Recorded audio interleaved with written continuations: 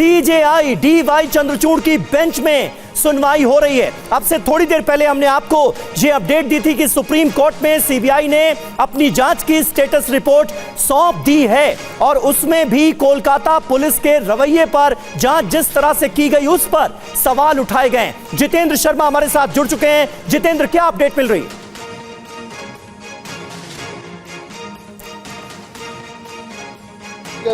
D Y Chandrachud, इसके अलावा justice जेबी पारदीवाला और इसके अलावा जस्टिस मनोज मिश्रा की जो बेंच है वो उसने सुनवाई शुरू कर दी है। हालांकि अब दोनों पक्षों की तरफ से दलीलें अपनी रखी जाएंगी जो कि अब से कुछ देर बाद शुरू होंगी। जी, आज इस मामले में सुप्रीम कोर्ट में क्या होना है? सीबीआई ने अपनी अभी तक की जो जांच की है उसकी स्टेटस रिपोर्ट जितेंद्र सामने रख दी है, यानी सीबीआई की जांच का अभी तक का हासिल वसूल क्या है यह सुप्रीम कोर्ट के समक्ष आ गया है। अब इस मामले में जो सुनवाई हो रही है उसमें आगे और क्या हो सकता है, क्या उम्मीद की जाए? जी बिल्कुल, देखिए आज सीबीआई अपना पूरा पक्ष रखेगी। दरअसल सीबीआई ने पिछले 10 दिनों में जो पूछताछ की, जो पूरी जांच की, उसका पूरा ब्यौरा इस बंद लिफाफे के अंदर सुप्रीम कोर्ट के समक्ष दाखिल कर दिया है। अब उसको पूरा पढ़ने के बाद सीबीआई की तरफ से या फिर सबसे पहले सुप्रीम कोर्ट की तरफ से कुछ दलीलें की जाएंगी, कुछ बातें की जाएंगी। उसके बाद जो सीबीआई है वो अपना पक्ष उसमें रखेगी।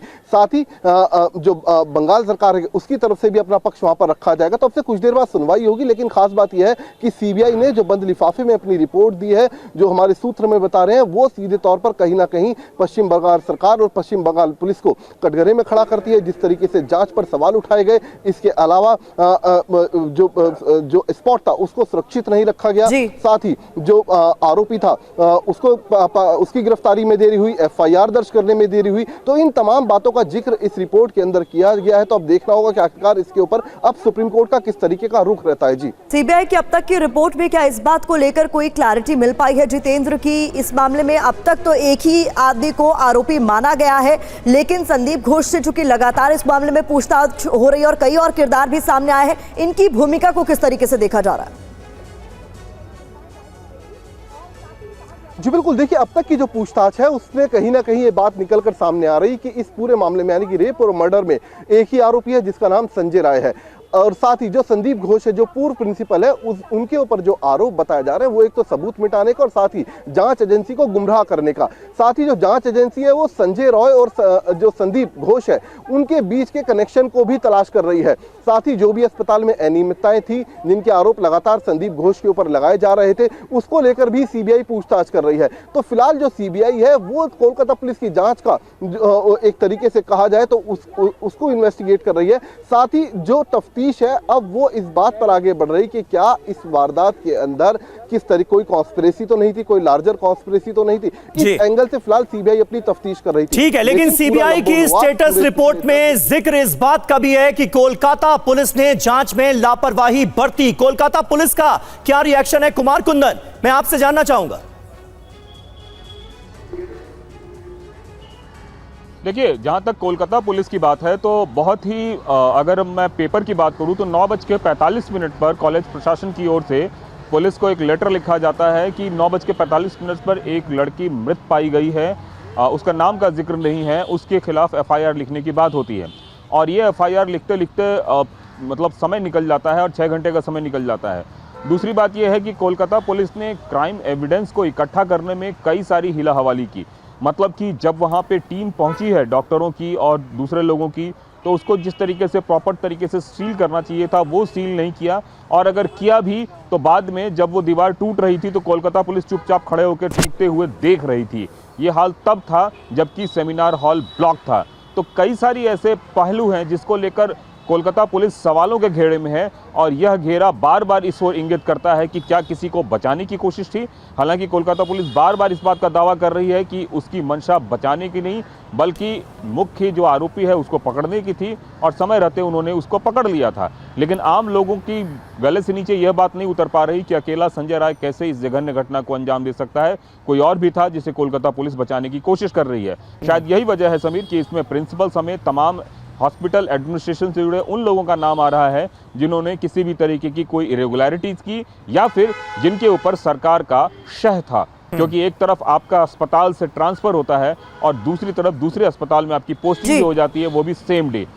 अक्सर ये नहीं देखा जाता है सरकारी सिस्टम में। तो कोलकाता पुलिस प्रशासन सब लोग क्या किसी को बचा रहे थे, ये कई ऐसे सवाल है जिसका जवाब नहीं मिल पाया। और सीबीआई भी इस बात को रख रही है कि प्रॉपर तरीके से अगर इन्वेस्टिगेशन होता तो शायद अब तक पता चल गया होता है कि असली कातिल संजय राय है या इससे इतर और भी कोई लोग वहां पे मौजूद थे। जैन सर, आपका मैं रुख करना चाहूंगी। इस पूरे मामले में अब तक जिस तरीके की बातें सामने आई हैं वो अपने आप में हैरान कर देने वाली हैं। प्रशासन की तरफ से, जो कि मेडिकल कॉलेज का था, उसकी तरफ से शुरुआत में ही गोलमोल बातें कही गई। पहले इसे सुसाइड बताया गया, उससे पहले तो ये बताया गया कि बेटी की तबीयत खराब हो गई है माता पिता को, फिर बताया गया सुसाइड कर लिया गया, और उसके बाद बहुत समय बाद इस बात की सूचना दी गई कि आखिरकार हुआ क्या है। और ये भी इस पूरे मामले में अब तक देखा जा रहा है कि इस तरीके का शक है सीबीआई को कि क्राइम सीन को फैब्रिकेट करने की कोशिश की गई। देखिए, डायरी के पन्ने फटे हुए मिले हैं। ये एक प्रश्न चिन्ह लगाता है कि डायरी के पन्ने किसने फाड़े हैं। नंबर 2, लड़की के माता पिता को सबसे पहले मिलने देना चाहिए। उनका सबसे पहला हक है कि तत्काल डेड बॉडी के पास जाएं। उनको जाने तक नहीं दिया गया। अननेचुरल डेथ रिपोर्ट की गई। जो डॉक्टर्स वहां पर हैं, क्या उनके पास मेडिकल डिग्री है या फर्जी डिग्री है? क्या वो क्राइम सीन को देखकर ये भी पता नहीं लगा सकते, वहां के प्रोफेसर्स और डॉक्टर्स और प्रिंसिपल, कि क्या ये हत्या है, ये बलात्कार है, या ये एक अननेचुरल डेथ है या सुसाइड है? तमाशा बना रखा है। क्या समझ रहे हैं ये लोग कि पूरा बाकी जो है देश है वो सब मूर्ख लोग हैं? उनकी समझ में नहीं आ रहा है कि क्या क्या गेम चल रहा है वहां पर। ये कोई तरीका होता है कि एक मेडिकल कॉलेज में आप इस टाइप की एक तहरीर भिजवा रहे हैं और थाने पे उसको दर्ज तक नहीं किया? कलकत्ता पुलिस की ख्याति बड़ी अच्छी रही है मेरी निगाह में, पर ये इस प्रकार के जो ये राजनीतिक दबाव में पुलिस है और जो गुंडों के प्रभाव में आके टीएमसी के जो वहां पे जो भी हो, जो माफिया रैकेट चल रहा है। अभी वहां के प्रिंसिपल्स की मीटिंग हुई है वहां के मेडिकल कॉलेजेस में, तो उन्होंने बताया है किस प्रेशर में वो वहां पे काम करते हैं, किस प्रकार से माफियाज हर जगह एक्टिव हैं, हर जगह से वसूली का रैकेट चल रहा है।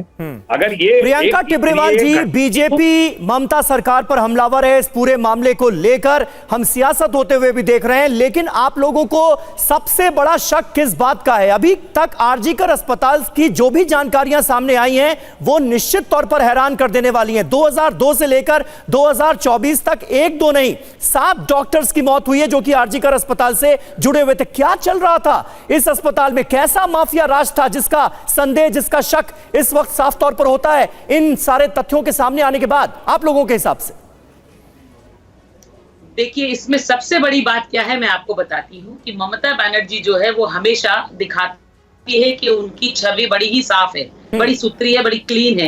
एक सूती साड़ी और हवाई चप्पल पहनती हैं और आसपास में जो हो बाकी के मंत्रियों ने किया है और उनको इसके बारे में कोई संज्ञान नहीं था।